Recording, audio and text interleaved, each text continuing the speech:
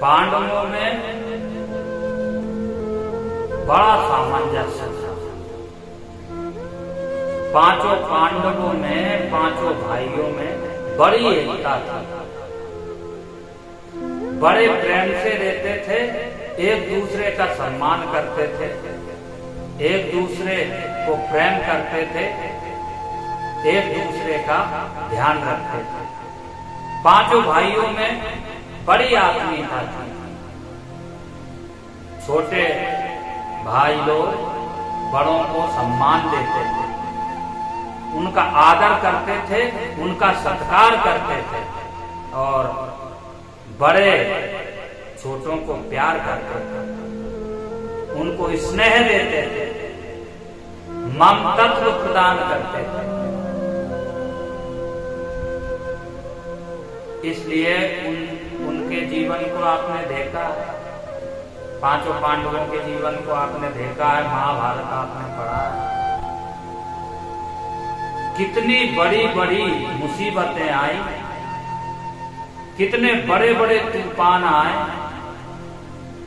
कितने जीवन में संकट आए, कितनी आंधियां, कितने तूफान आए, कितनी परेशानियां आई, पर पांडव कभी विचलित नहीं हुए। पांचों पांडव कभी हताश, निराश और एक दूसरे के विरोधी नहीं हुए। कभी भी आपस में झगड़ा नहीं किए, कभी भी एक दूसरे का अपमान नहीं किए, कभी भी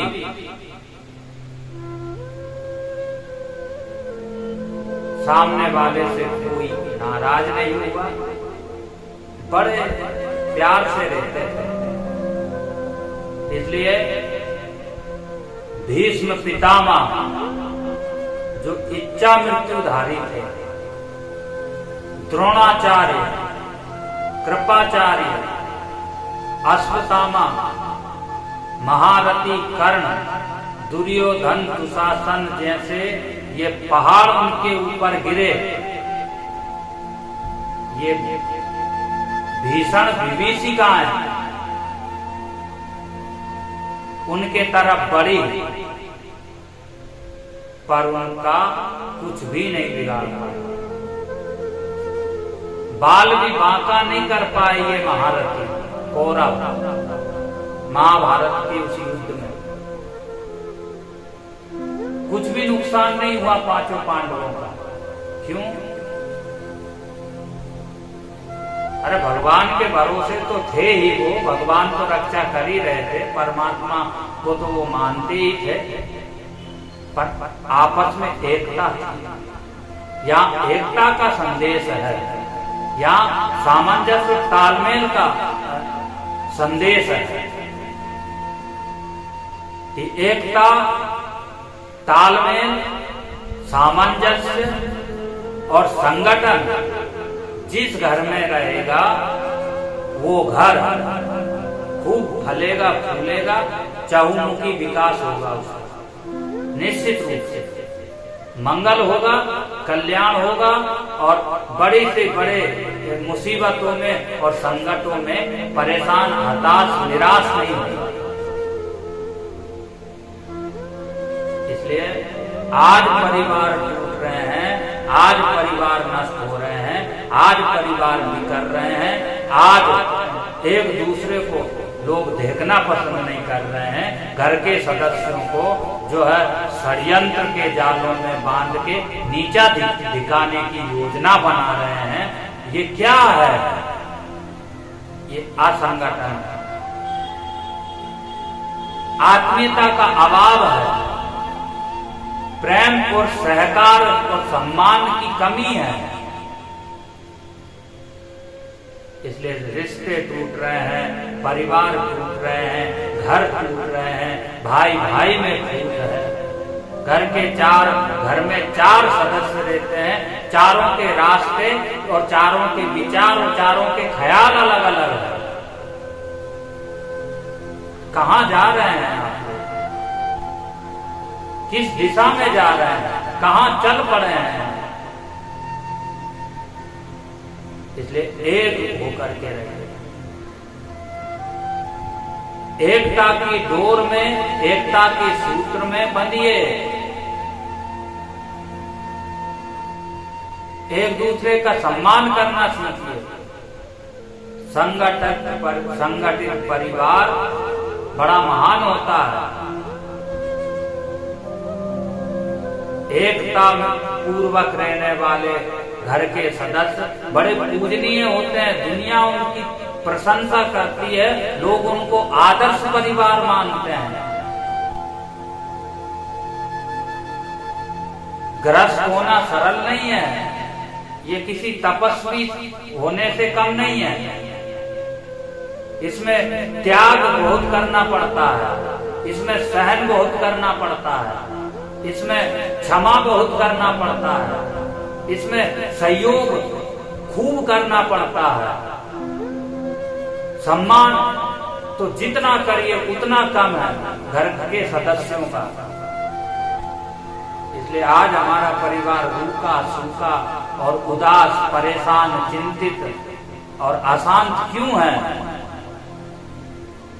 क्योंकि हमें एकता नहीं है। घर के जिस भी सदस्य को देखो, लगता है जैसे कि ये बीमार है, लगता है कि जैसे इसका कुछ खो गया है, ये कुछ प्राप्त करना चाहता है, या कुछ ये निराश है, चेहरे पर तनाव है, आक्रोश है, उदासीनता है। क्यों? क्योंकि परिवार में सामंजस्य नहीं है, तालमेल नहीं है, भाईचारा नहीं है, आपसी सहयोग की भावना नहीं है।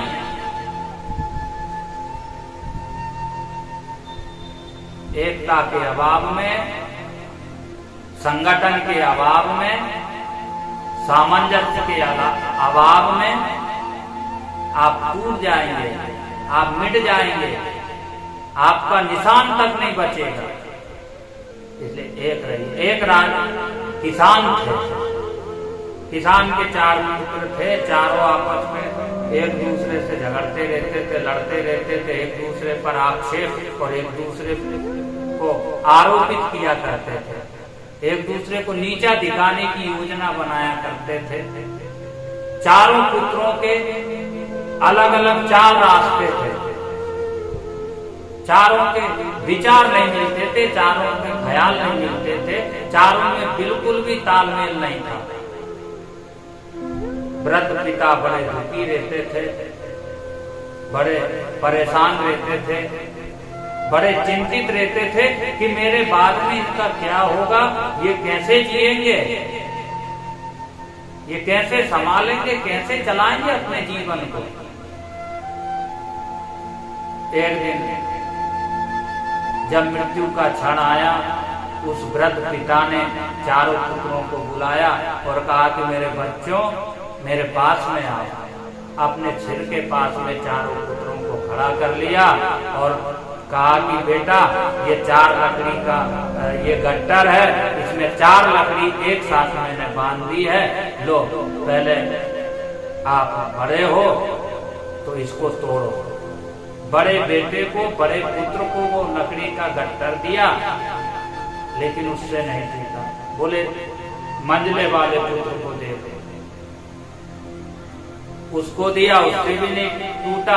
छोटे वाले को दिया, फिर छोटे वाले को दिया, ऐसे करके क्रमशः चारों पुत्रों को दिया। पर चारों ने कोशिश की, प्रयास किया, अपना बल दिखाया, लेकिन 4 लकड़ी चूंकि एक साथ बंधी हुई थी रस्सी से, इसलिए कोई भी नहीं तोड़ पाया। पिता ने कहा ठीक है, मुझे दो ये लकड़ी का गट्टा। पुत्रों ने पिता को वापस दे दी लकड़ी। पिता ने उस गट्टर को खोला, रस्सी को निकाल के फेंका और एक लकड़ी दी बड़े पुत्र को। बोले अब तोड़ो। जैसे ही हाथ में ली और बिना प्रयास से ही बड़े पुत्र ने उस एक लकड़ी को तोड़ दिया।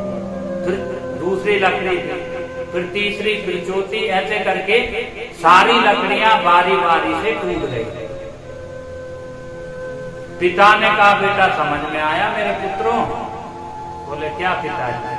बोले, मैं ये आपको इसलिए समझाना चाह रहा हूं, ये लकड़ी मैंने आपको इसलिए दी थी कि आपको ये समझ में आ जाए कि एकता में देखो कितनी ताकत है, एकता में कितनी शक्ति है, एकता में कितना बल है, एकता में कितनी जो है शक्ति होती है कि आप लोग चारों में से कोई नहीं तोड़ पाया।